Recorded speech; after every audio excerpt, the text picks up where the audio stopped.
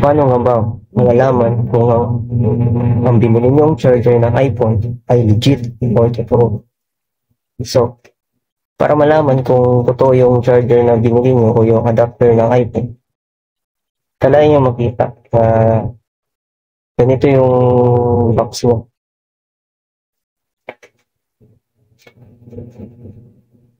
At hindi siya yung ano lang.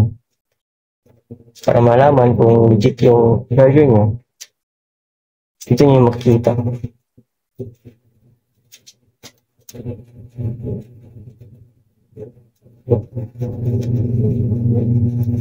Ito. Inilawan natin to.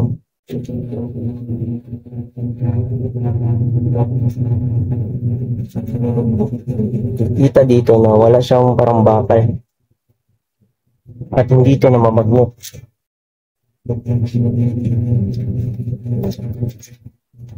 Dito sa may switch yun, hindi ito namamagnet.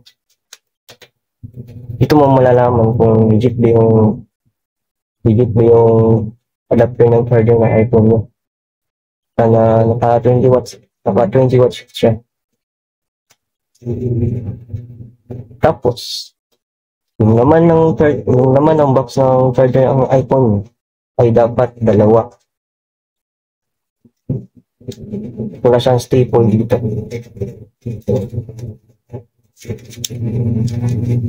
So, ganito ang makikita yan.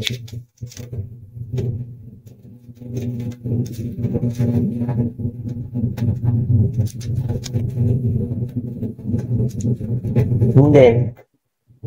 Binili ko nga pala ito sa iCenter. So, kung bibili kayo ng adapter ng charger ng iPhone mo, siguraduhin yung bibili kayo sa iCenter.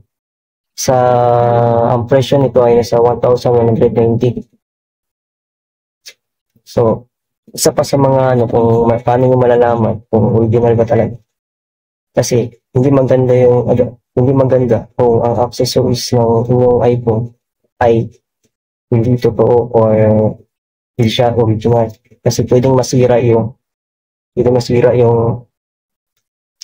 CPU tsaka battery or masunog yung battery ng inyong battery ng inyong iPhone.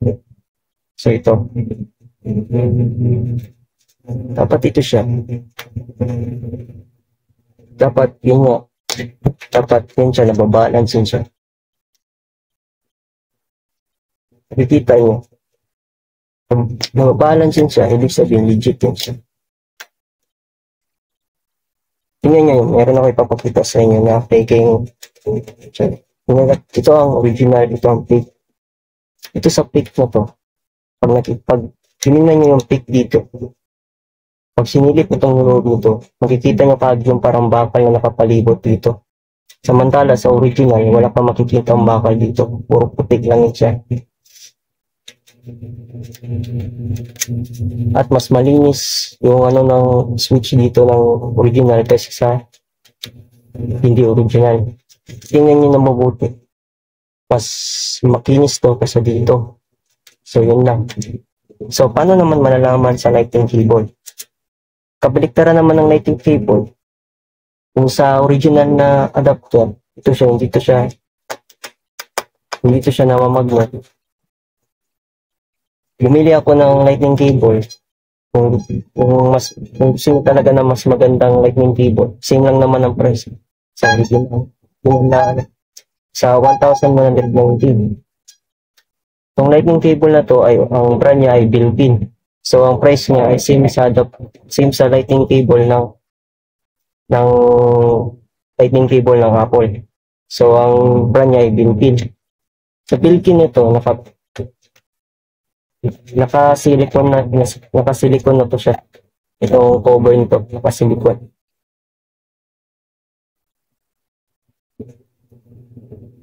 Sa built-in ko pa bili.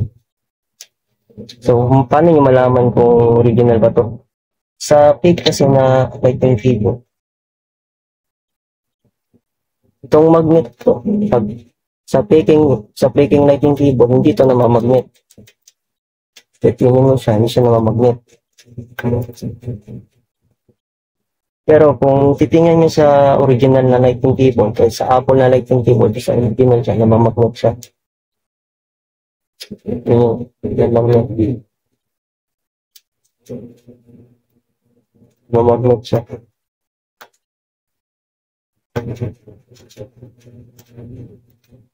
Marami kasi bumibili ng iPhone, pero hindi nila alam kung ano yung original na mga accessories na tulad ng mga lightning cable at mga charger adapter.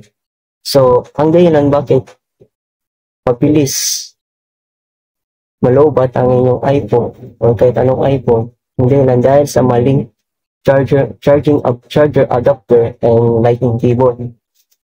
Yan ang dahilan. So, itong iPhone ko, ito, pag ginarge ko to siya, mabilis lang siya ma-charge dahil ang gamit nito ay yung legit na charging cable at lightning cable. Charging cable. Balik talaga yung sabi ko. So yan, hindi pa siya nalolobat.